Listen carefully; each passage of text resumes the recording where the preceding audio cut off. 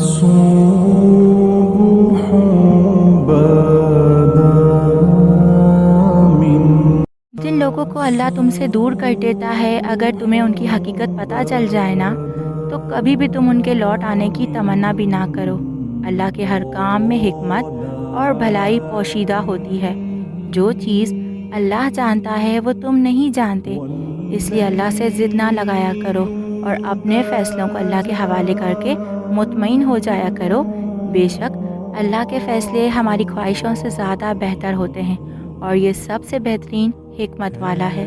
اس پر کامل یقین رکھو، وہ کبھی بھی آپ کو نا امید نہیں کرے گا۔ وہ آپ کو جہاں سے توڑے گا وہاں سے وہ آپ کو اپنے ساتھ جوڑے گا، اور جسے وہ اپنے ساتھ جوڑ دے وہ انسان کبھی بھی ناکام نہیں ہو سکتا۔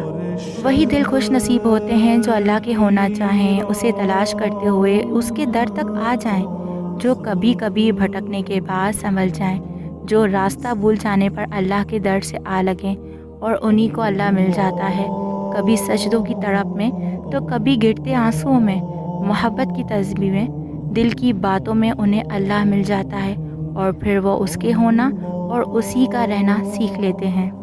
کیونکہ اللہ کوئی عام یا چھوٹی ہستی نہیں جو بن مشقت کے مل جائے۔ اللہ کو حاصل کرنے کے لیے لوگوں کو برداشت کرنا پڑتا ہے، محبتیں چھوڑنی پڑتی ہیں، جھوٹ، حرام، برائی، ہر برا کام چھوڑنا پڑتا ہے۔ اللہ کی محبت حاصل کرنے کے لیے انسان کو خود سے جنگ کر کے جیتنا پڑتا ہے۔ اللہ کی محبت عام محبت تھوڑی ہے نا، اس کے لیے ہر طرح کے حالات میں صبر کرنا پڑتا ہے۔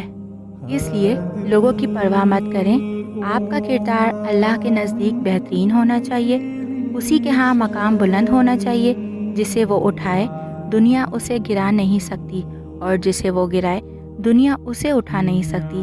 اسی لیے اسی کی مان کر چلیں، اپنی زندگی کو اس کے حکم کے مطابق ڈھال لیں، آخر میں ہم ہوں گے اور ہمارا رب۔